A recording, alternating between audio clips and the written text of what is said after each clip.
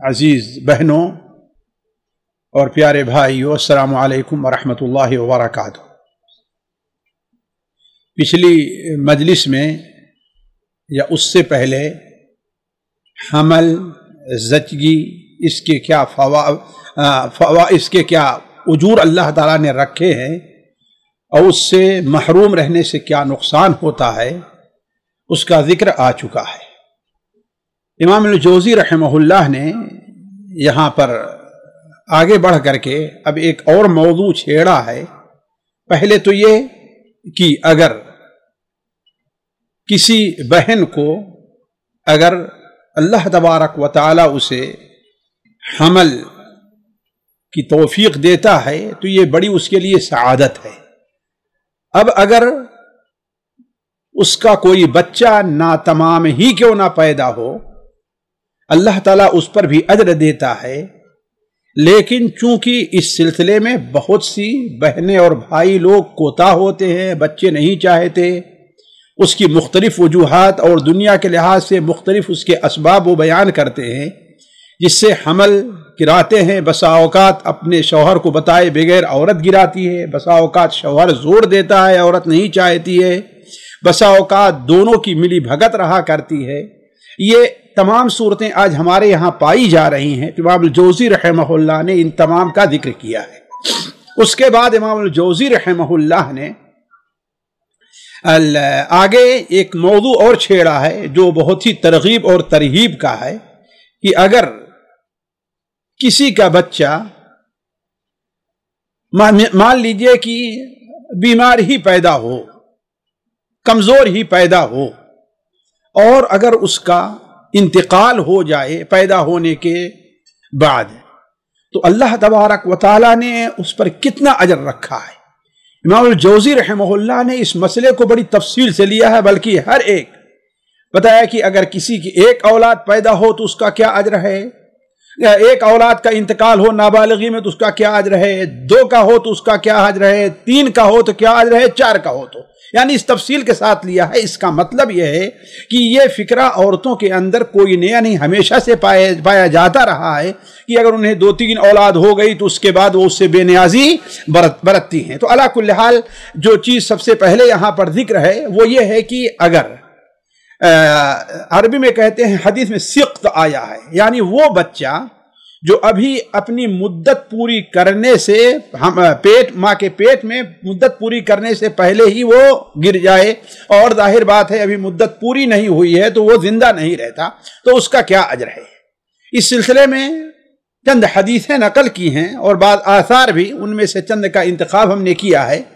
سنن ابن ماجہ، مسند احمد و طبرانی کبیر وغیرہ میں حضرت معاذ بن جبل رضی اللہ تعالی عنہ کی روایت ہے کہ نبی کریم صلی اللہ علیہ وسلم نے ارشاد فرمایا، والذی نفسی بیدہ، دیکھیں کتنا بڑا اجر ہے، والذی نفسی بیدہ ان السقط لیجر امہ بسررہ الی الجنہ اذا احتسبتہ۔ وہ ناتمام بچہ، آپ نے بڑا قسم ہے اس ذات کی جس کے ہاتھ میں میری جان ہے، یعنی قسم کھا کر کے، وہ ناتمام بچہ جو وقت پورا ہونے سے پہلے ہی باہر آ گیا اور انتقال کر گیا، ظاہر بات ہے اگر اس کی ماں اس پر صبر اور احتساب سے کام لیتی ہے۔ 2 چیزیں ہیں، یہ چیزیں آگے میں ذکر کروں گا، امام الجوزی نے اس کا بھی ذکر کیا، یعنی اجر کا مستحق کب ہوگی، جب صبر پایا جائے گا اور احتساب۔ تو آسن بیان فرماتے ہیں کہ اپنی ماں کو آول، یعنی وہ رسی جو ناف میں رہتی ہے جس سے بچے کو غذا ملتی ہے، اور ولادت کے بعد دائیں اس کو کاٹتی ہیں، تو وہ اس رسی کو، یعنی آول کہہ لیجئے، اس کو پکڑ کر کے کھینچتا ہوا اپنی ماں کو جنت میں لے کر کے جائے گا۔ شرط یہ ہے کہ اس کی ماں صبر اور احتساب سے کام لیا ہو۔ یہ مفہوم کئی حدیثوں میں اللہ کے رسول نے بیان فرمایا ہے۔ اسی کا اثر تھا کہ ایک صحابی کا ذکر ملتا ہے، امام بخاری رحمہ اللہ اپنی کتاب الادب المفرد میں نقل کرتے ہیں، ان کا نام سہل ابن حنظلیہ رضی اللہ تعالی عنہ ہے۔ اللہ تعالیٰ نے خاص طور پر جب سے مسلمان ہوئے انہیں اللہ نے کوئی اولاد نہیں دی، تو ایک دن بڑے افسوس کے ساتھ کہتے ہیں کہ اگر مسلمان ہو جانے کے بعد اگر میرے یہاں کوئی ادھورا بچہ ہی پیدا ہو جائے، یعنی وہی جسے سقط کہا گیا ہے، یعنی جو زندہ نہ رہے، ماں کے پیٹ سے مردہ ہو کر کے پیدا ہو یا پیدا ہونے کے بعد مر جائے، اور میں اس پر صبر اور احتساب کر لوں، یعنی صبر سے کام لوں اور اللہ تعالیٰ سے اجر کی امید رکھوں، تو یہ میرے لیے دنیا اور دنیا میں جو کچھ ہے ہر ایک چیز سے بہتر ہے۔ ذرا سوچیں، یہ صحابی جو اللہ کے رسول صلی اللہ علیہ وسلم کی باتوں پر ایمان رکھتے تھے، انہیں کس قدر حسرت تھی اپنے بچے کی کہ اللہ تعالیٰ مجھے کامل بچہ نہ دے جو میرے ساتھ رہے۔ اگر کوئی ایسا بچہ پیدا ہو جو بچہ ناتمام ہی ہو اور مر جائے تو مجھے وہ دنیا اور دنیا کی ساری نعمتوں سے بہتر ہے۔ کیوں؟ اس لیے کہ اگر ہم نے صبر اور احتساب سے کام لیا تو وہ بچہ ہمیں جنت میں لے کر کے جائے گا، جیسا کہ آگے اور بھی حدیثیں آ رہی ہیں۔ ساتھیوں، میں یہ پڑھ رہا تھا اور اندازہ سوچ رہا تھا کہ آج لوگ شریعت کے اوپر کیسے کیسے اعتراضات کرتے ہیں۔ ان میں سے ایک اعتراض رہتا ہے کہ آخر اس بچے کا کیا گناہ ہے جو ناتمام تھا، جو پیدا ہوا وہ بیمار تھا، جو پیدا ہوا وہ ناقص العقل ہے، یعنی ایسے اس نے کیا جرم کیا تھا۔ وہ یہ نہیں سمجھتے ہیں کہ اس کے بعد اس پر صبر کر کے اس کو اللہ تعالیٰ کیا جنت میں مقام دینے والا ہے، اور اس کی وجہ سے اس کے والدین کو اور متعلقین کو کیا اجر ملنے والا ہے۔ چونکہ ان کے نظر خالص دنیا پر رہا کرتی ہے، اس لیے وہ ان حقیقت کو نہیں سمجھ سکتے ہیں۔ اس کے بعد امام الجوزی رحمہ اللہ نے اس بات کا ذکر کیا ہے، دو بڑی اہم باتیں کہ حمل ساقط کرانے کا اور پھر اس کا گناہ کیا ہے اور اس کے اوپر احکام کیا مترتب ہوتے ہیں۔ آج یہ چیز ہمارے یہاں مطلقاً لوگوں کے ذہن سے غائب ہے۔ 1% بھی لوگ شاید ایسا ملے کہ یہ انہیں احساس ہو کہ اگر کسی عورت کے پیٹ میں بچہ پل رہا ہے، اگر کوئی عورت، ماں، باپ، چاہے جان بوجھ کر کے یا کوئی دوا وغیرہ پلا کر کے یا ڈاکٹر کے ہاں لے جا کر کے اگر اسے ساقط کراتے ہیں تو اس پر کتنا گناہ ہوتا ہے، اور صرف گناہ نہیں، گناہ کے بعد اس کے اوپر کیا احکام مترتب ہوتے ہیں، اس پر کوئی توجہ نہیں رہتی۔ شاید ہی اس کے بارے میں کوئی سوچتا ہو الامان الحفیظ۔ تو سب سے پہلے یہ ہے کہ آخر اس کا گناہ کیا ہے۔ دیکھیے، شادی کے جو مقاصد ہیں اللہ تعالیٰ نے جو بیان کیا ہے، ان میں سے ایک یہ بھی ہے کہ اولاد کا ہونا، اولاد کا ہونا۔ یا ایھا الناس انا خلقناکم من ذکر و انثی، نہیں، سورہ نساء کے اندر اللہ تعالیٰ ارشاد فرماتا ہے یا ایھا الناس اتقوا ربکم الذی خلقکم من نفس واحدۃ وخلق منها زوجها وبث منهما رجالا كثيرا ونساء۔ ان دونوں سے، ایک میاں بیوی سے اللہ تعالیٰ نے بہت زیادہ مرد اور عورت پیدا کیے۔ تو اس کا مطلب یہ ہے کہ نکاح کا جو نظام اللہ تعالیٰ نے رکھا ہے میاں بیوی کے تعلق کا، تو اس کا ایک مقصد کیا ہے؟ حمل ہے، بچہ پیدا کرنا ہے۔ اب اگر کوئی شخص، کوئی عورت کسی کے پیٹ میں یہ اب امید ہو جاتی ہے، حمل وہ ہو جاتا ہے، اب اگر کوئی اسے گراتا ہے تو اس کا مطلب یہ ہے کہ یہ شریعت کا جو مقصد ہے اس سے بغاوت اور اس کے خلاف ہے۔ پھر اگر اس کے کئی مرحلے آتے ہیں، جانتے ہیں ماں کے پیٹ میں بچے کے کئی مرحلے ہیں۔ ایک مرحلہ تو 40 دن والا ہے، جس میں وہ خالص وہی پانی اسی شکل میں معمولی تغیر کے ساتھ رہتا ہے جس شکل میں اللہ تعالیٰ نے اسے رکھا ہے، جسے نطفہ کہا جاتا ہے۔ پھر اس کے بعد 40 دن اور 40 دن، یہ جو دو مرحلے ہوتے ہیں، ایک مرحلہ علقہ کا، دوسرا مضغہ کا ہوتا ہے۔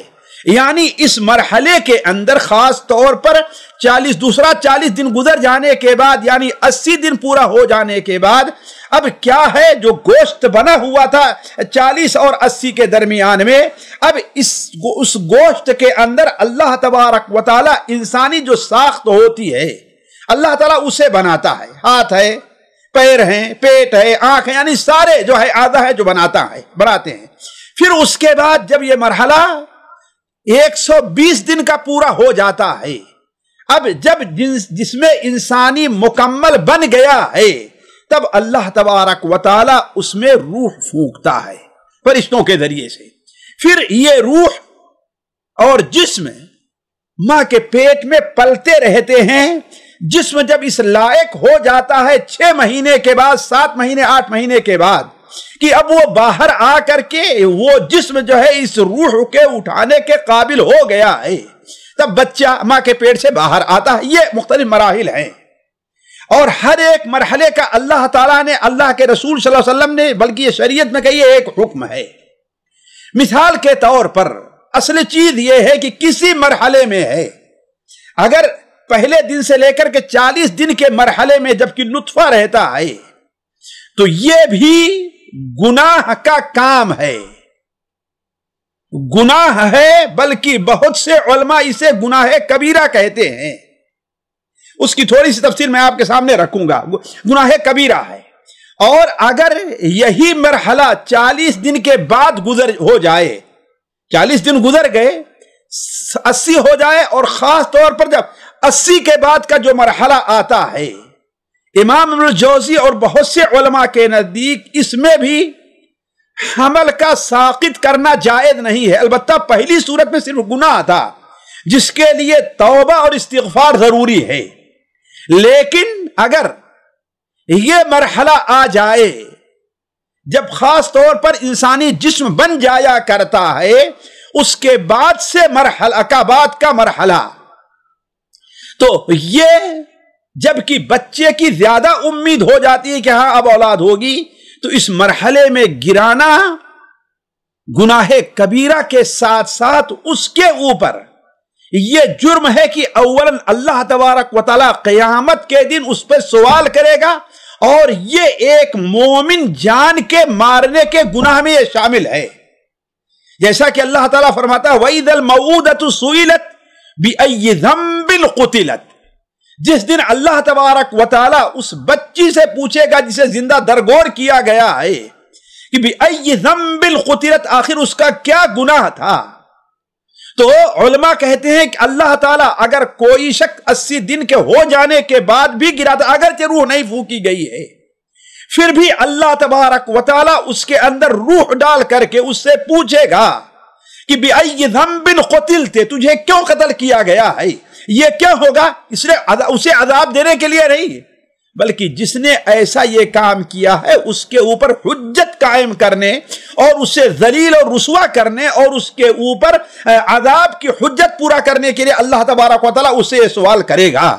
تو کہنے کا مطلب یہ ہے کہ یہ حمل خواہ دوسرے پہلے مرحلے میں ہے، دوسرے تیسرے یا چوتھے مرحلے میں ہے، ہر مرحلے میں اولاً گناہ ہے، اور یہ اس قرآن کے حکم میں داخل ہے جس میں اللہ تعالیٰ ارشاد فرماتا ہے وَالَّذِينَ لَا يَدْعُونَ مَعَ اللَّهِ إِلَٰهًا آخَرَ وَلَا يَقْتُلُونَ النَّفْسَ الَّتِي حَرَّمَ اللَّهُ إِلَّا بِالْحَقِّ وَلَا يَزْنُونَ. جو لوگ اللہ تبارک و تعالیٰ کے ساتھ، اللہ رحمان کے ساتھ یہ کسی کو بطور معبود کے نہیں پکارتے، نہ ہی اللہ کی حرام کی ہوئی جان کو ناحق قتل کرتے.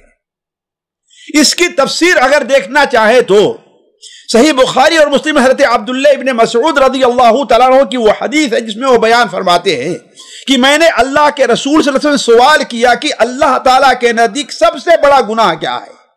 تو آپ نے فرمایا ان تجعل للہ ندا وہو خلق، تو اللہ تبارک و تعالیٰ کا کوئی شریک بنائے حالانکہ اسی نے تجھے پیدا کیا ہے.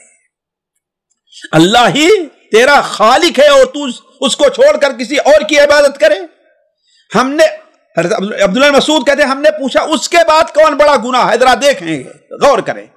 تو آپ نے بیان فرمایا وَأَن تَقْتُلَ وَلَدَكَ تَخَافُ أَن يَأْكُلَ مَعَكَ، تو اپنے بچے کو اس لیے قتل کر دے کہ وہ تیرے ساتھ کھائے گا تو اس کا کھانا نہیں پورا کر پائے گا، تو اس کے روزی کا انتظام، تو غریب ہے، تو مسکین ہے، تو اسے کہاں سے کھلا پائے گا.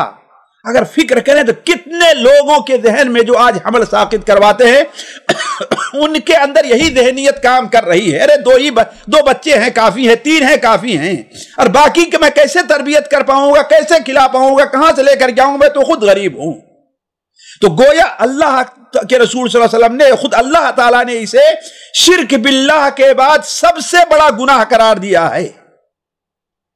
تو ساتھیوں، کہنے کا مطلب یہ ہے کہ یہ چیز جو ہے حرام ہے۔ اب اس کی میں تھوڑی سی تفصیل آپ کے سامنے رکھوں، دیکھیے علماء نے جو تفصیل بیان کی ہے وہ یہ ہے کہ اصل حکم یہ ہے کہ کسی بھی قسم کا حمل ہے، چاہے پہلے دوسرے تیسرے مرحلے میں ہے، وہ حمل ساقط کرانا ناجائز اور حرام ہے۔ لیکن اگر ابھی نطفہ کی شکل میں ہے اور وہاں کوئی شرعی طور پر مقبول عذر پایا جا رہا ہے، ذرا غور کریں گے، اگر نطفہ کی شکل میں ہے یعنی 40 دن کے اندر اور وہاں پر کوئی شرعی عذر پایا جا رہا ہے، جیسے حمل کی وجہ سے ماں کو نقصان کا خدشہ ہے، ماں کو کسی بھی قسم کا اس کی صحت کے لیے یا وہ لیے نقصان کا خدشہ ہے۔ آج کا یہ خدشہ نہیں کہ ارے بھائی جو ہے وہ ابھی تو بوڑھی لگنے لگے گی، یہ خدشہ یہ ہمارا آپ کا بناوٹی خدشہ ہے۔ یہ خدشہ کوئی نہیں ہے کہ ارے ابھی تو دوسرا بچہ ہمارا سال بھر کا ہے، تو پہلے بچے کو ہم کہاں سے کھلائیں گے، یہ خدشے نہیں ہیں۔ فعلاً اگر اس کی صحت کے لیے کسی عضو کے، مثال بلڈ پریشر کی بیماری ہو، اسے شوگر کی بیماری اور کوئی بیماری ہے کہ اس سے بڑا خطرہ لاحق ہو رہا ہے، یا وہ پہلا بچہ آپریشن سے ہوا ہے اور ڈاکٹر کہہ رہے ہیں کہ دوسرا بچہ اتنا جلدی اگر ہوا تو جو آپریشن ہوا اس کے لیے خطرہ ہے ماں کی جان کے لیے، تو ایسی صورت میں وہ اسقاط حمل قرار کرانے میں کوئی حرج نہیں ہے۔ لیکن اگر یہ خدشہ ہے کہ بچوں کی پرورش کیسے کریں گے، ہم ان کا خرچہ پورا کیسے کریں گے، ان کی تعلیم و تربیت کے لیے ہمیں پریشانی ہوگی، یا اللہ تعالیٰ نے ہمیں اب 4-5 بچے تو دے دیے ہیں، یہی ہم سے نہیں سنبھلتے تو آگے والا ہم سے کیسے سنبھلے گا، اگر یہ ہمارے آپ کے بناوٹی عذر ہیں تو اس عذر کی وجہ سے اسقاط حمل جائز نہیں ہے۔ دوسری صورت علماء کہتے ہیں کہ 40 دن سے زیادہ گزر جائے تو ایسی صورت میں اسقاط حمل حرام ہوگا، جیسے پہلے حرام تھا، لیکن حرام کے ساتھ ساتھ اب کوئی اگر عذر پایا جائے تو اگر معمولی عذر ہے بیماری کا یا اور کسی چیز کا، اگر ماہر ڈاکٹروں کی کوئی کمیٹی، یعنی صرف ایک ڈاکٹر نہیں، ایک ڈاکٹر نے کہا کہ ہاں بھائی اس سے ماں کو خطرہ ہو سکتا ہے، دوسرے ڈاکٹر سے پوچھئے، تیسرے سے پوچھئے، اگر تمام کے تمام ڈاکٹر اپنی ڈاکٹری اپنے پیشے کا لحاظ رکھتے ہیں، اس لیے نہیں کہ آج کل کے جیسے ڈاکٹر ہیں وہ تو چاہیں گے کہ اسقاط حمل کراؤ اس لیے انہیں پیسہ ملنے والا ہے، اس پر علاج کے موقع سے زیادہ پیسہ ہو تو چاہیں گے اس کو، ایسا نہیں ہونا چاہیے۔ یا آج کل کے جو بعض ملحد اور دہریہ یا مادہ پرست ڈاکٹر ہوتے ہیں، کہتے ہیں کہ ارے نہیں ابھی تو 2 سال ہوا، تمہارے آپریشن کا خطرہ ہے، جبکہ میرے سامنے کئی ایسے مشاہدات ہیں کہ 2 سال آپریشن ہوئے، اس کے بعد پھر بچہ ہوا، پھر ہوا لیکن کوئی نقصان نہیں۔ تو کہنے کا مطلب یہ ہے کہ یہ ڈاکٹروں کی کوئی ٹیم اگر ایسا کرتی ہے تو اسقاط حمل جائز ہے۔ کیا کہتی ہے کہ اس سے ماں کی زندگی کو خطرہ ہے، اس سے ماں کی زندگی کو خطرہ ہے اور شدید خطرہ لاحق ہے۔ لیکن اگر حمل اس مرحلے میں پہنچ جائے جس مرحلے میں روح پھونکی جاتی ہے تو ایسی صورت میں اسقاط حمل قطعاً جائز نہیں ہوگا۔ بعض علماء اس کی ایک صورت کو جائز قرار دیتے ہیں، وہ صورت یہ ہے کہ ماں کی ہلاکت متحقق ہو۔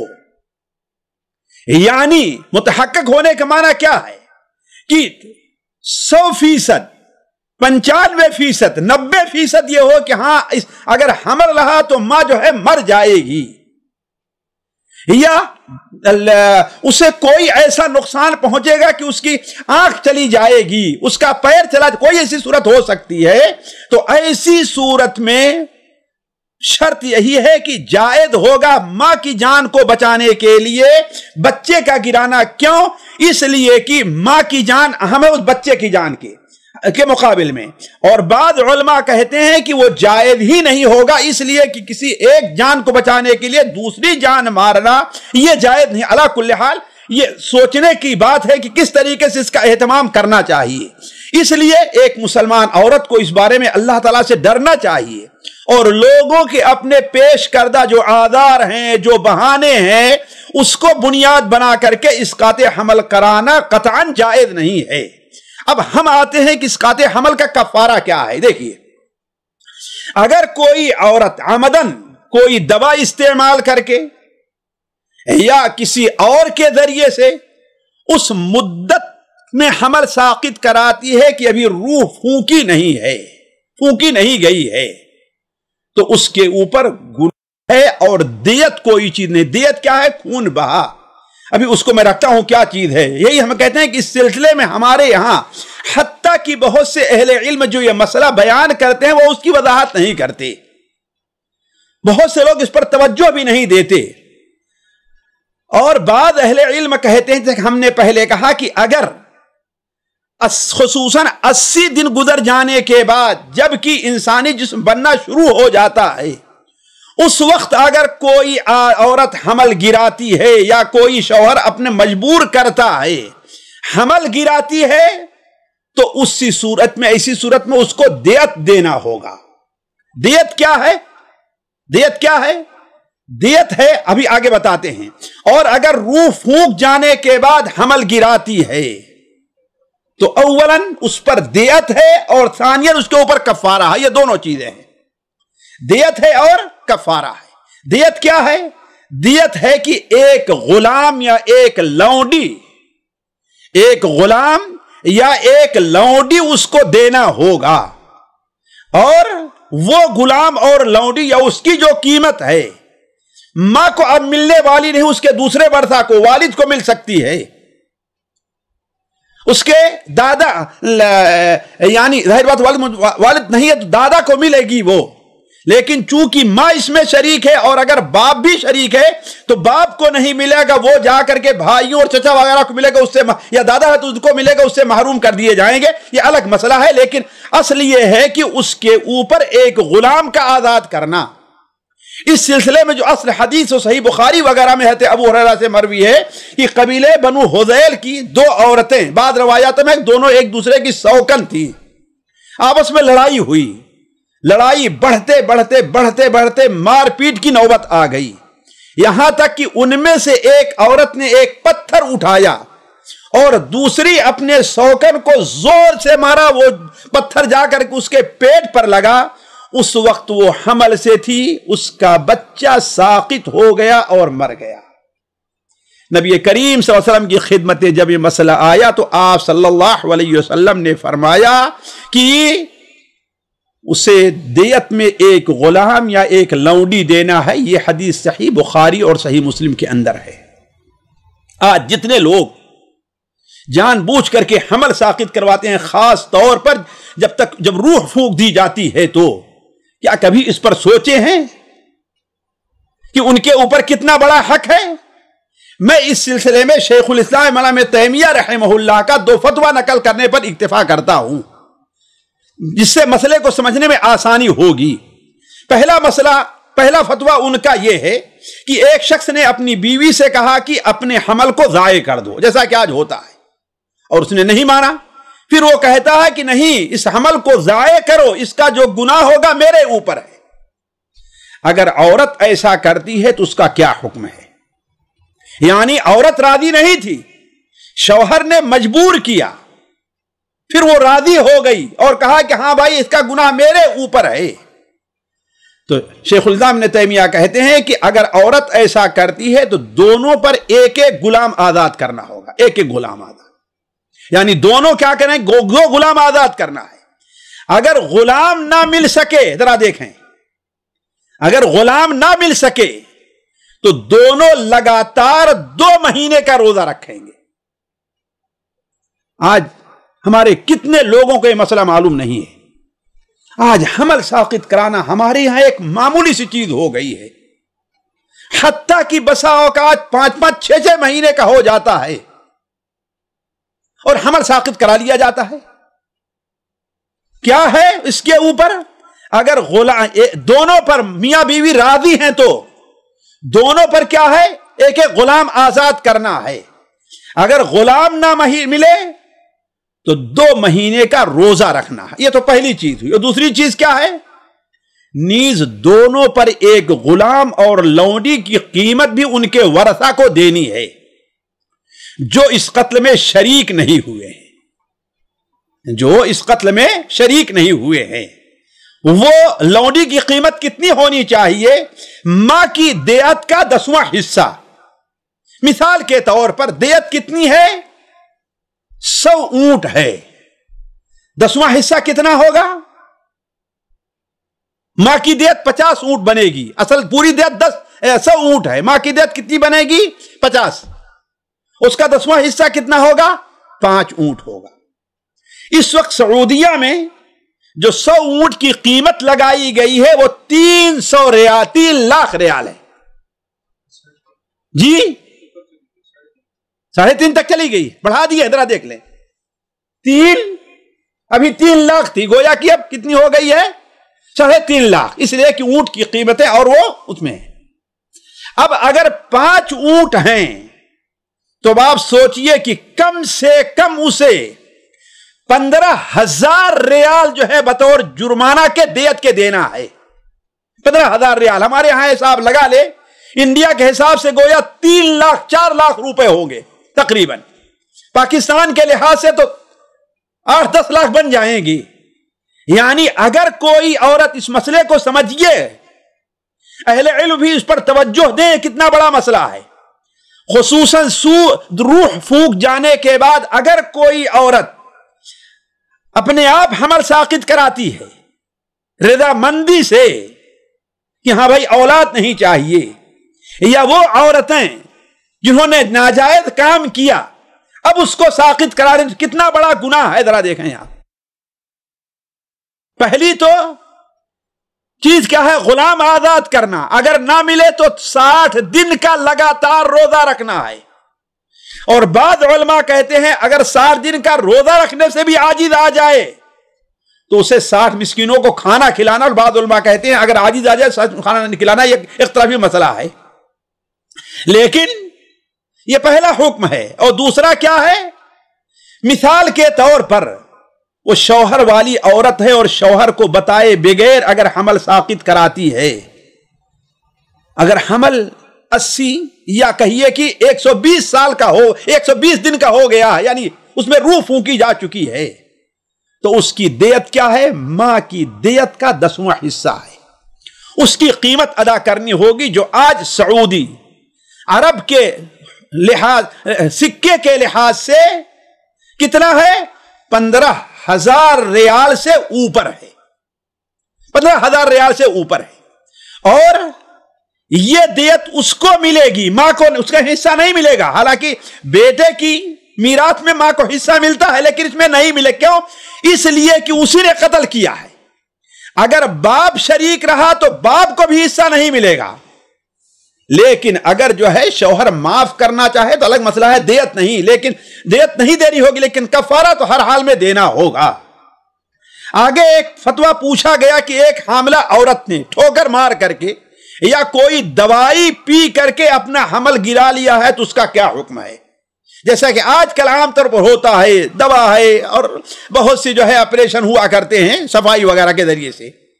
جواب تھا کہ نبی کریم صلی اللہ علیہ وسلم کی سنت اور علماء کے اجماع سے، ذرا دیکھیں گے، نبی کریم صلی اللہ علیہ وسلم کی سنت اور علماء کے اجماع سے اس پر واجب ہے کہ بطور دیت ایک غلام یا لونڈی دے، اور یہ مال ماں کے علاوہ تمام ورثہ میں تقسیم ہوگا.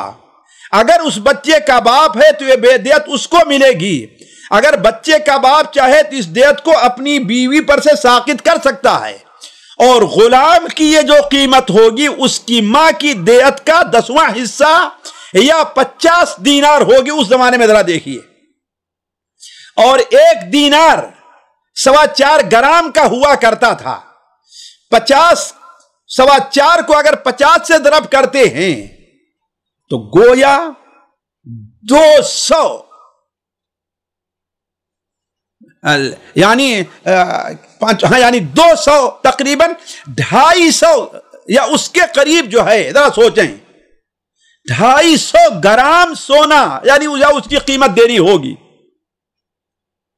تو بیان فرمایا کہ ہوگا اسی طرح اکثر علماء کے نزدیک اس کے طور اوپر عورت پر بطور کفارہ ایک غلام عادت کرنا ہے، اگر غلام نہ ملے تو لگاتار 2 ماہ کا روزہ رکھنا ہے، اگر روزہ نہیں رکھ سکتی تو 60 مسکینوں کو کھانا کھلانا ہے۔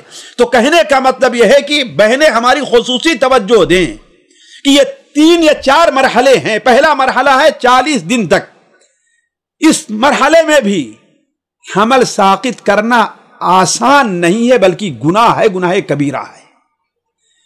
اور اگر وہ دوسرے مرحلے میں آ جاتا ہے یعنی 40 سے لے کر کے 119 تک اور بالاخص 80 کو پورا ہو جانے کے بعد تو یہ اس سے بڑا گناہ ہوگا، اس سے بڑا گناہ ہوگا، اور بہت سے علماء کے نزدیک اس صورت میں بھی دیت اور کفارہ ہے۔ اور اگر 120 دن کا یعنی 4 مہینے کا حمل پورا ہو جائے تو اس کا گرانا کسی بھی صورت میں جائز نہیں ہے، اللہ کی استثنائی صورت ہے۔ اور اگر کوئی بغیر کسی شرعی عذر کے گراتی ہے تو اس کے اوپر بتایا کہ اولاً تو گناہ ہے جس کے لیے توبہ ہے، دوسرے یہ ہے کہ اس کا کفارہ ہے یعنی ایک غلام آزاد کرنا، جس کی قیمت آج کل کے سعودی سکے کے لحاظ سے 15,000 ریال سے زیادہ ہونی چاہیے۔ تیسری چیز کیا ہے؟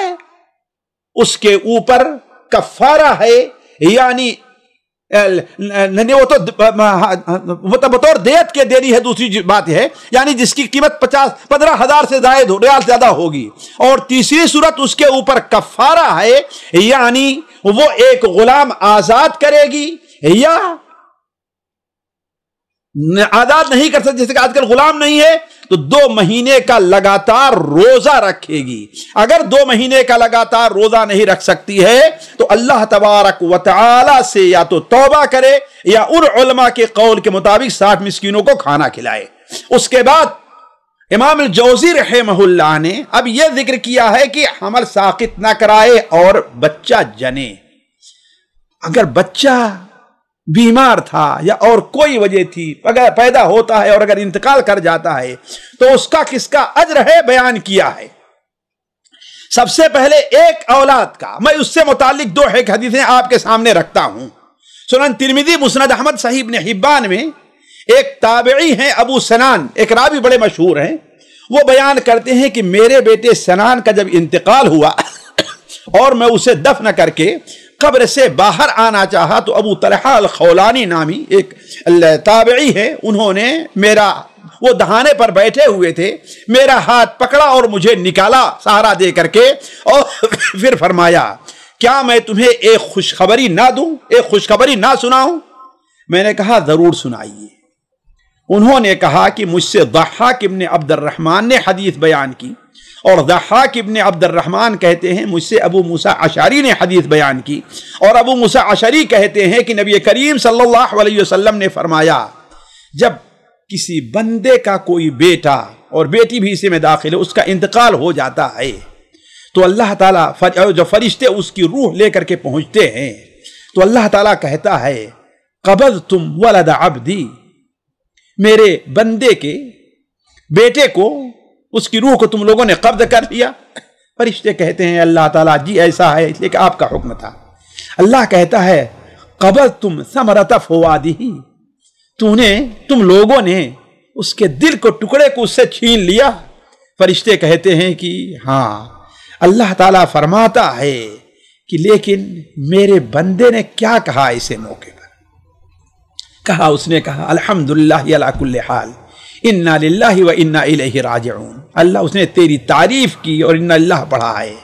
اللہ تعالیٰ فرماتا ہے ابنوا لعبدی بیتا فی الجنہ وسموہ ببیت الحمد، میرے اس بچے کے لیے جنت میں ایک گھر بنا دو اور اس کا نام ہی بیت الحمد رکھ دو، یعنی تعریف کا گھر، یعنی ایک بچے کے۔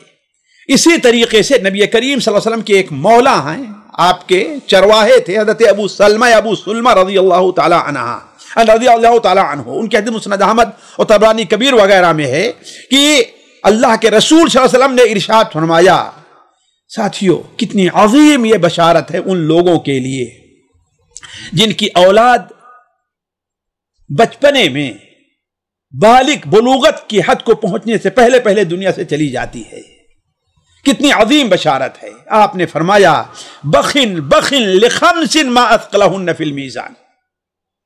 کیا خوب ہیں یہ 5 چیزیں، کیا خوب ہیں یہ 5 چیزیں، کتنی اچھی ہیں یہ 5 چیزیں، کتنی عظیم ہیں یہ 5 چیزیں، اور قیامت کے دن ترازو میں کتنی بھاری ہوں گی، کتنی وزنی ہوں گی. ہم میں کا ہر انسان چاہتا ہے کہ قیامت کے دن اس کا ترازو بھاری ہو. صحابہ کرام نے کہا اے اللہ کے رسول صلی اللہ علیہ وسلم وہ چیزیں کیا ہیں؟ آپ نے فرمایا لا الہ الا اللہ یہ کہنا، سبحان اللہ کہنا، اللہ اکبر کہنا اور الحمدللہ کہنا. یہ چاروں چیزیں. اور 5ویں چیز کیا ہے؟ والولد الصالح یتوفا، اور کسی ہمارے بندے کی نیک اولاد کا انتقال ہو جائے اور اس کے والدین، صرف والد نہیں، والد اور والدہ دونوں صبر اور احتساب سے کام لیں تو یہ کتنا عظیم ہے. ساتھیو اس سلسلے میں حدیثیں بہت ہیں، میں حدیثیں تمام ذکر نہیں کرتا، صرف ایک اور حدیث سن لیجئے. جسے معاویہ ابن قرہ اپنے باپ کے حوالے قرہ سے روایت کرتے ہیں کہ ایک شخص میری خدمت میں حاضر ہوتا تھا اور اس کے ساتھ اس کا بیٹا بھی آتا تھا. وہ بیٹا کبھی گود میں بیٹھتا تھا، کبھی پیچھے سے آ کر کندھے پر آئے اور سامنے آ جایا کرتا تھا. تو آپ صلی اللہ علیہ وسلم ایک دن اس سے پوچھا کہ تم اس سے محبت کرتے ہو؟ کہا اے اللہ کے رسول صلی اللہ علیہ وسلم اس سے اگر میری محبت کے بارے میں آپ پوچھتے ہیں تو میں چاہوں گا کہ اللہ تعالیٰ بھی آپ سے ویسی ہی محبت کرے جیسی محبت مجھے اس بچے سے. ہوا. پھر چند دنوں کے بعد آپ صلی اللہ علیہ وسلم دیکھا کہ وہ شخص مجلس میں حاضر نہیں ہو رہا، وہ صحابی حاضر نہیں ہو رہے ہیں. 1 دن 2 دن آپ نے پوچھا کہ آخر وہ کیوں نہیں آئے؟ تو صحابہ نے بیان کیا کہ وہ بچہ جو اس کے ساتھ آتا تھا اے اللہ کے اس کا انتقال ہو گیا ہے. آپ صلی اللہ علیہ وسلم اس سے ملے اور کہے کہ یہ بتاؤ اما تحب اللہ تأتی بابا من ابواب الجنہ الا وجدتہ ینتظرک. کیا تو یہ نہیں چاہتا ہے کہ جنت کے جس دروازے پر بھی تو پہنچے تو اس سے پہلے وہاں تیرا وہ انتظار کرو؟ تو یہ نہیں چاہتا ہے؟ انہوں نے کہا اے اللہ کے رسول سے ضرور میں یہ چاہتا ہوں. یہ دیکھیے اگر کسی کی ایک اولاد بھی اگر بچپنے میں انتقال ہو جاتی ہے تو اس کا اللہ نے کیا اجر رکھا ہے. صحابہ نے کہا اے اللہ کے رسول کیا صرف اسی کو ملے گا یا ہر ایک کو ملنے والا ہے؟ آپ نے فرمایا کہ بل لکلکم، تم میں سے ہر ایک کو ملنے والا ہے. ساتھیو ایک بہت بڑے امام ہیں ابو اسحاق ابراہیم الحربی. حدیث میں پوچھئے تو ان کا ایک مقام ہے، فقہ میں دیکھیے تو ان کا ایک مقام ہے، عقیدے میں دیکھیے تو ان کا ایک مقام ہے. ان کا ایک بیٹا جو 11-12 سال یا اسی کے قریب تھا، اس نے قرآن مجید حفظ کر لیا تھا، حدیثیں بہت یاد کر لی تھی، فقہ کی بھی اس کو انہوں نے اچھی تعلیم دی تھی. اچانک اس کا انتقال ہو گیا. تو راوی قصہ ابو بکر امام ہیں، محمد وقیع کے نام سے وہ مشہور ہیں. اس قصے کو امام خطیب بغدادی رحمہ اللہ نے اپنی کتاب تاریخ بغداد میں نقل کی ہے، اور امام الجوزی نے اپنی اسی کتاب احکام النساء کے اندر نقل کیا ہے. ان سے پوچھتے ہیں، وہ محمد وقیع ان کے پاس قاضی تھے، آتے ہیں اور ان کی تعزیت کرنے کے لیے، تو وہ کیا کہتے ہیں کہ میں چاہتا تھا کہ میرا یہ بیٹا انتقال کر جائے. سبحان اللہ. کہا کہ آپ دنیا کے امام عالم ہیں اور آپ ایسی بات کہہ رہے ہیں کہ آپ اپنے بچے کی وفات چاہتے تھے؟ کہا کہ ہاں میں چاہتا تھا کہ میرا یہ بچہ، دعا نہیں کرتا تھا نعوذ باللہ من ذالک، لیکن میری خواہش تھی کہ یہ انتقال ہو جائے. کہا وہ کیسے؟ کہا اس لیے کہ ایک دن ہم نے خواب میں دیکھا کہ قیامت قائم ہے، لوگ ادھر جا رہے ہیں ادھر جا رہے ہیں، اور میں دیکھتا ہوں کہ کچھ خوبصورت سے بچے ہیں، اپنے ہاتھ میں مشک اٹھائے ہوئے ہیں اور خاص خاص لوگوں کو پانی پلا رہے ہیں. تو کہا کہ اتنے میں ایک بچہ میرے سامنے آیا تو اس سے ہم نے کہا کہ تیرے مٹکے میں پانی ہے جو ہے اسے مجھے بھی پلا دو. تو اس بچے نے کہا کہ نہیں، کیا آپ میرے باپ ہیں؟ کہا کہ نہیں میں تیرا باپ تو نہیں ہوں، تو کہا کہ میں آپ کو پانی نہیں پلاؤں گا۔ پھر ہم نے پوچھا آخر تم کون سے لوگ ہو؟ تو اس کا جواب تھا ہم وہ بچے ہیں جو دنیا میں بچپنے میں انتقال کر گئے اور اپنے پیچھے اپنے ماں باپ کو روتا ہوا چھوڑ کر کے آئے ہیں۔ آج ہم اس پانی سے ان کا استقبال کر رہے ہیں اور انہیں جنت میں داخل ہونے سے پہلے ہی پہلے پانی پلا رہے ہیں۔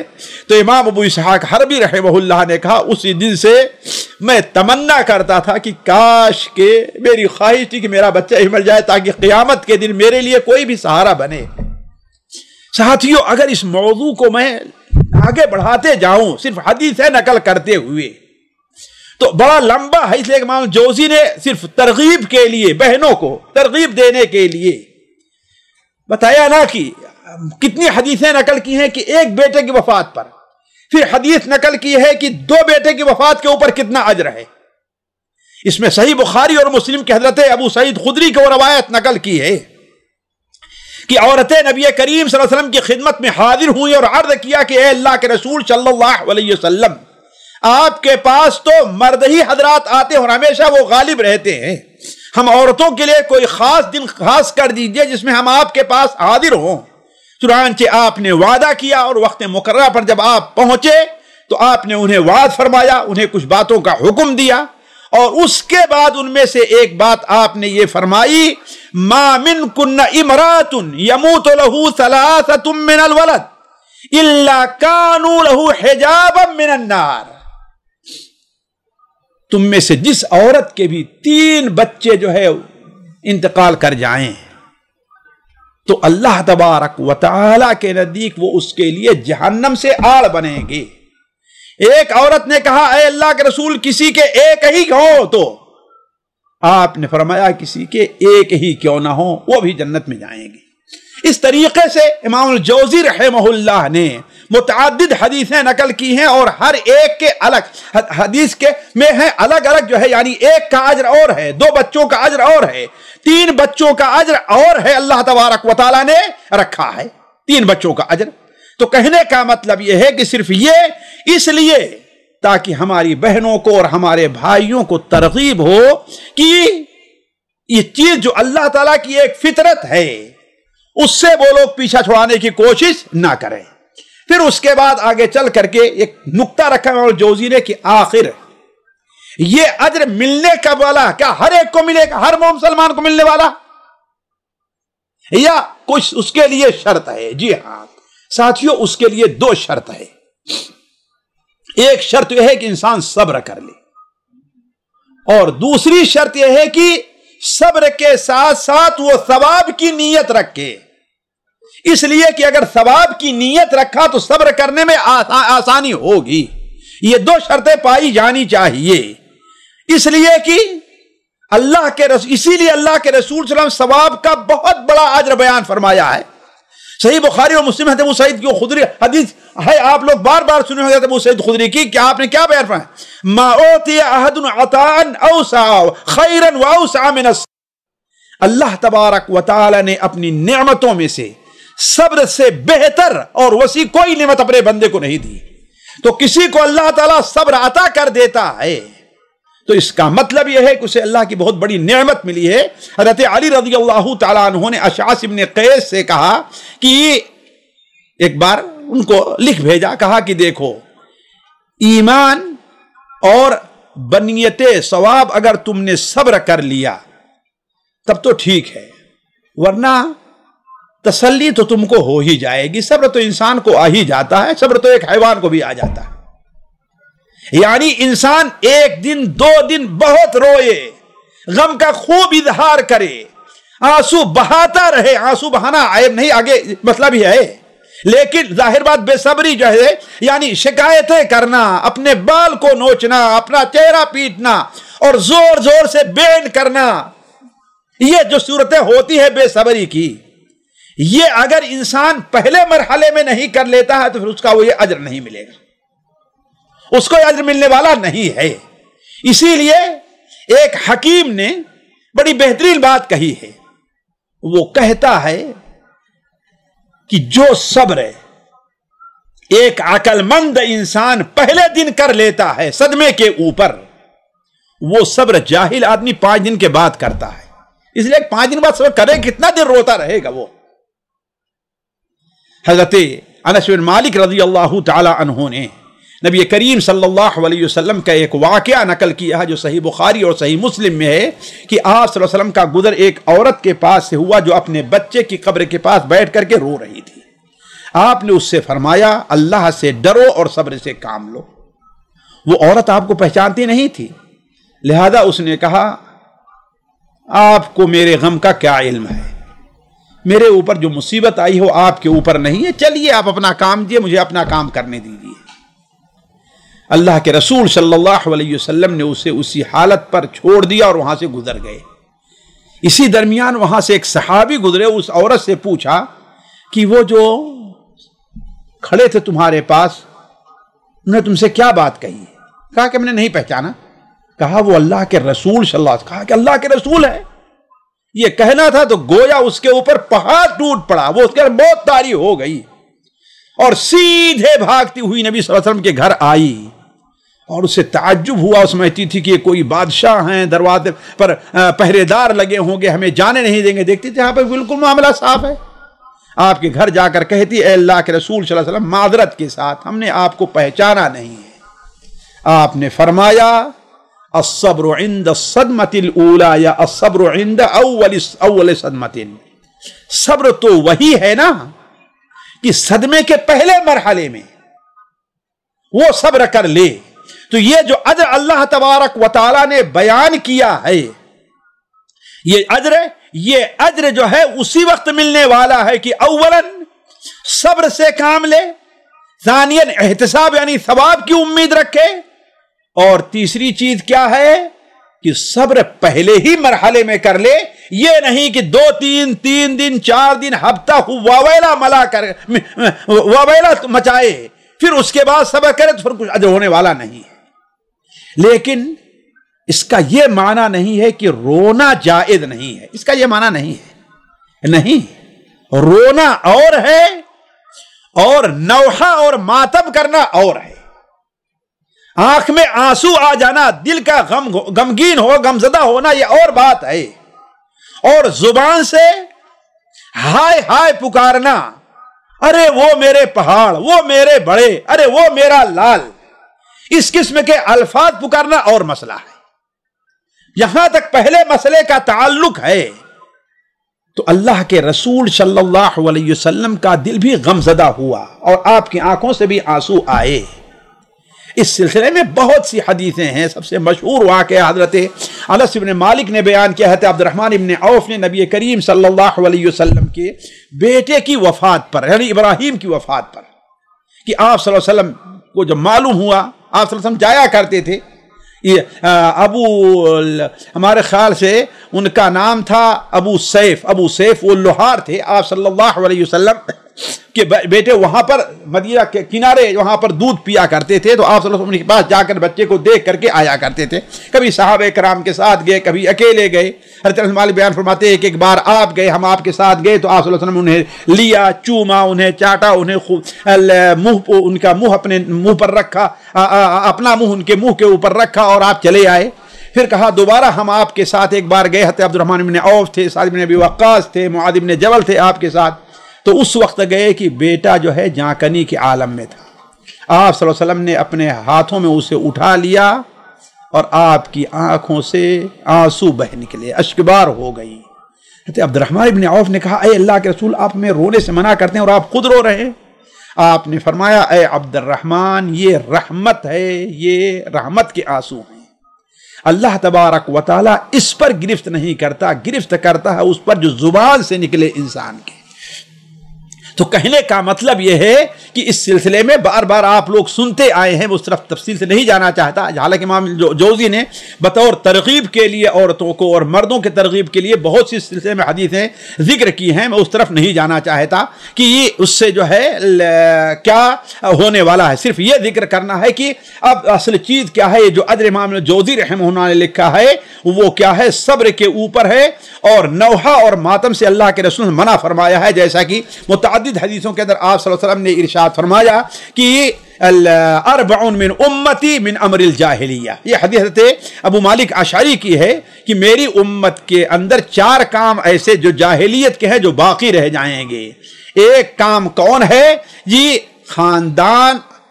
خاندانی کارناموں پر فخر کرنا۔ لوگ بسا اوقات فخر کریں گے، اگر کوئی ڈاکو بھی تھا کہ ہاں ایسا گزرا ہے، اس پر فخر کرنے لگیں گے۔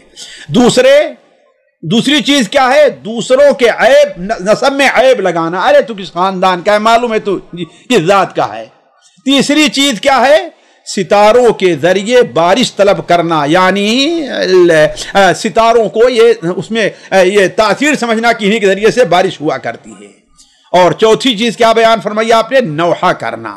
پھر آپ نے بیان فرمایا النائحۃ اذا لم تتب قبل موتها تقام یوم القیامت وعلیہا سربال من قطران ودرع من جرب، نعوذ باللہ۔ اگر نوحہ کرنے والی عورت، خاص طور پر وہ عورتیں جو دوسروں کے ہاں جا کر کے شور شرابہ کرتی ہیں اور بلکہ بلائی جاتی ہیں شور شرابہ کرنے کے لیے، تو آپ نے بیان فرمایا اگر نوحہ کرنے والی عورت موت سے پہلے توبہ نہیں کرتی ہے تو قیامت کے دن اس حال میں وہ اٹھائی جائے گی کہ اس کے بدن پر تارکول کا لباس ہوگا اور خارش کی قمیص ہوگی۔ اور یہ بات واضح کر دیں کہ یہ نوحہ کا جہاں تک معاملہ ہے، واویلا جہاں تک مچانے کا معاملہ ہے، یہ شیطان کی تحریش اور شیطان کے وسوسے سے ہے۔ چنانچہ امام طبرانی رحمہ اللہ حضرت عبداللہ ابن عباس سے نقل کرتے ہیں، علامہ البانی رحمہ اللہ اسے صحیحہ میں رکھ کر کے صحیح قرار دیتے ہیں کہ جب نبی کریم صلی اللہ علیہ وسلم نے مکہ فتح کر لیا اور مکہ کے لوگوں پر قبضہ ہو گیا تو شیطان ملعون اس سے بہت پریشان ہوا اور مایوس ہوا۔ اس وقت اس نے زور کی چیخ ماری، اس کی چیخ کو سن کر کے اس کی تمام فوجی ہرکارے اکٹھا ہو گئے۔ تو اس نے کیا کہا تھا کہ اب تم اس سے مایوس ہو جاؤ کہ محمد اللہ علیہ وسلم، ان کی امت تمہاری پیروی پوجا کرے گی، بتوں کی پوجا کرے گی۔ البتہ 2 چیزوں کے لیے اب تم کوشش کرو۔ ایک تو یہ ہے کہ دین کے بارے میں انہیں فتنے میں ڈالو، یعنی ان کے اندر بدعتیں پیدا کرو، انہیں دین کے بارے میں غلو کے اندر ڈالو، دین کے نام پر، اللہ کے رسول کی محبت کے نام پر وہ بدعتیں ایجاد کریں۔ آج دیکھ لیے مسلمان کس طریقے سے کتنا مبتلا ہے ان بدعتوں کے اندر، نعوذ باللہ من ذالک۔ تو پہلا کام یہ ہے کہ انہیں دین کے بارے میں فتنے کے اندر ڈالو۔ مختلف طرح سے لوگ دین کے بارے میں فتنے کے اندر ہیں۔ کچھ لوگ دین کے کو تقسیم کر دیا ہے کہ یہ عبادات ہے اور یہ عادات اور یہ معاملات ہیں۔ عبادات میں دین کے مکمل طور پر پختہ رہیں گے، لیکن ان کی کوئی عادت، ان کا کوئی معاملہ دین کے مطابق نہیں ہوگا۔ اسی طریقے سے، اور بلکہ یہ سمجھنا کہ ہاں ہم سے غلطی الگ مسئلہ ہے، وہ اس کو عیب بھی نہیں سمجھتے، یعنی غیر شرعی کاروبار کرنا اپنے لیے اس کو جائز سمجھ رہے ہیں، نعوذ باللہ من ذالک۔ اسی طریقے سے دین کے بارے میں فتنے میں ڈالنا یہ ہے کہ بدعتیں ان کے اندر ایجاد ہو جائیں۔ آج کتنی بدعتیں ہمارے اور آپ کے ہاں ایجاد ہیں، اور بدعتیں عقائد کے بارے میں بھی ایجاد ہیں، عبادات کے معاملے میں بھی، حتیٰ کہ اب تو معاملات وغیرہ میں بدعت اور اسے ثواب سمجھنے شروع کر دیے ہیں لوگ، نعوذ باللہ من ذالک، اسے دین کا ایک حصہ بنا لیے ہیں، نعوذ باللہ من ذالک۔ اسی طریقے سے شیطان نے کہا ایک چیز تو یہ ہے کہ انہیں دین کے بارے میں انہیں فتنے میں ڈالو، اور دوسری بات یہ ہے کہ ان کے اندر بین کرنا، نوحہ اور ماتم کرنے کو ان کے ہاں عام کر دو۔ اس سے آپ اندازہ لگا سکتے ہیں کہ نوحہ اور ماتم کرنا ابلیس کو کس قدر پسند ہے، اور اللہ کے رسول صلی اللہ علیہ وسلم کو کس قدر جو ہے ناپسند۔ بلکہ سنن ماجہ میں تو ایک روایت حضرت ابو امامہ سعد ابن سہل کی ہے کہ اللہ کے رسول صلی اللہ علیہ وسلم نے لعنت بھیجی ہے اس عورت پر جو اظہار غم کے لیے اپنا چہرہ نوچتی ہے، اپنے کپڑے پھاڑتی ہے، غریبان چاک کرتی ہے اور وہ ویلا مچاتی ہے۔ آپ صلی اللہ علیہ وسلم نے یہ لعنت بھیجی ہے۔ بلکہ حضرت عمر رضی اللہ تعالی عنہ کا تو یہ ایک معمول رہا ہے کہ وہ ایسی عورتوں کو، امام بخاری نے بھی اشارہ کیا ہے کہ کوڑے برساتے تھے اور مارتے تھے۔ چنانچہ امام اوزاعی رحمہ اللہ نقل کرتے ہیں، مجھے یہ بات پہنچی ہے کہ حضرت عمر رضی اللہ تعالی عنہ کا گزر ایک گھر سے ہوا تو اندر سے رونے اور پیٹنے نوحہ کرنے کی آواز آ رہی تھی. ان کے ہاتھ میں ایک درہ تھا جیسا کہ وہ لے کر کے چلتے تھے. حضرت عمر کا کوڑا اور درہ بڑا مشہور تھا. وہ اندر گھس گئے بغیر اجازت کے, اور جو عورتیں رو رہی تھیں ان کو مارنا پیٹنا شروع کر دیا.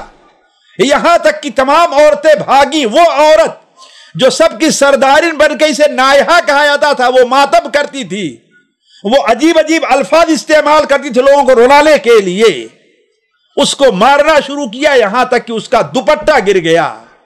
حضرت عمر رضی اللہ تعالیٰ عنہ نے کہا کہ مارو اس کو, اس کی کوئی حرمت نہیں, اس کا کوئی لحاظ نہیں ہے, یہ کرائے پر بین کر رہی ہے, یہ تمہارے غم میں نہیں رو رہی ہے, یہ تو آنسو بہا رہی ہے تاکہ تم اسے پیسے دے دو. یہ صبر سے تم کو روک رہی ہے جبکہ اللہ تعالیٰ تمہیں صبر کا حکم دے رہا ہے. یہ تمہیں بے صبری اور جزع و فضا کی دعوت دے رہے جبکہ اللہ تعالیٰ تمہیں صبر کی دعوت دے رہا ہے. حتیٰ کہ ساتھیوں اللہ تبارک و تعالیٰ نے نوحہ اور بین کرنے کو اتنا قبیح قرار دیا ہے کہ اگر میت کہ گھر والے اس کے متعلقین وابیلا مچاتے ہیں, ماتم کرتے ہیں, نوحہ کرتے ہیں, زور زور سے روتے ہیں, تو اللہ تبارک و تعالی اس کی وجہ سے میت کو عذاب دیتا ہے. صحیح بخاری کے حضرت عبداللہ ابن عمر کی روایت ہے, حضرت عمر بن خطاب کی روایت ہے کہ اللہ تعالی میت کے اوپر اس کے اہل و عیال جب روتے ہیں تو اللہ تعالیٰ اس کی وجہ سے انہیں عذاب دیتا ہے. حضرت ابو موسیٰ اشعری کی بھی روایت ہے. اور یہ عذاب سچیو علماء کہتے ہیں اس کی دو وجہ ہو سکتی ہے.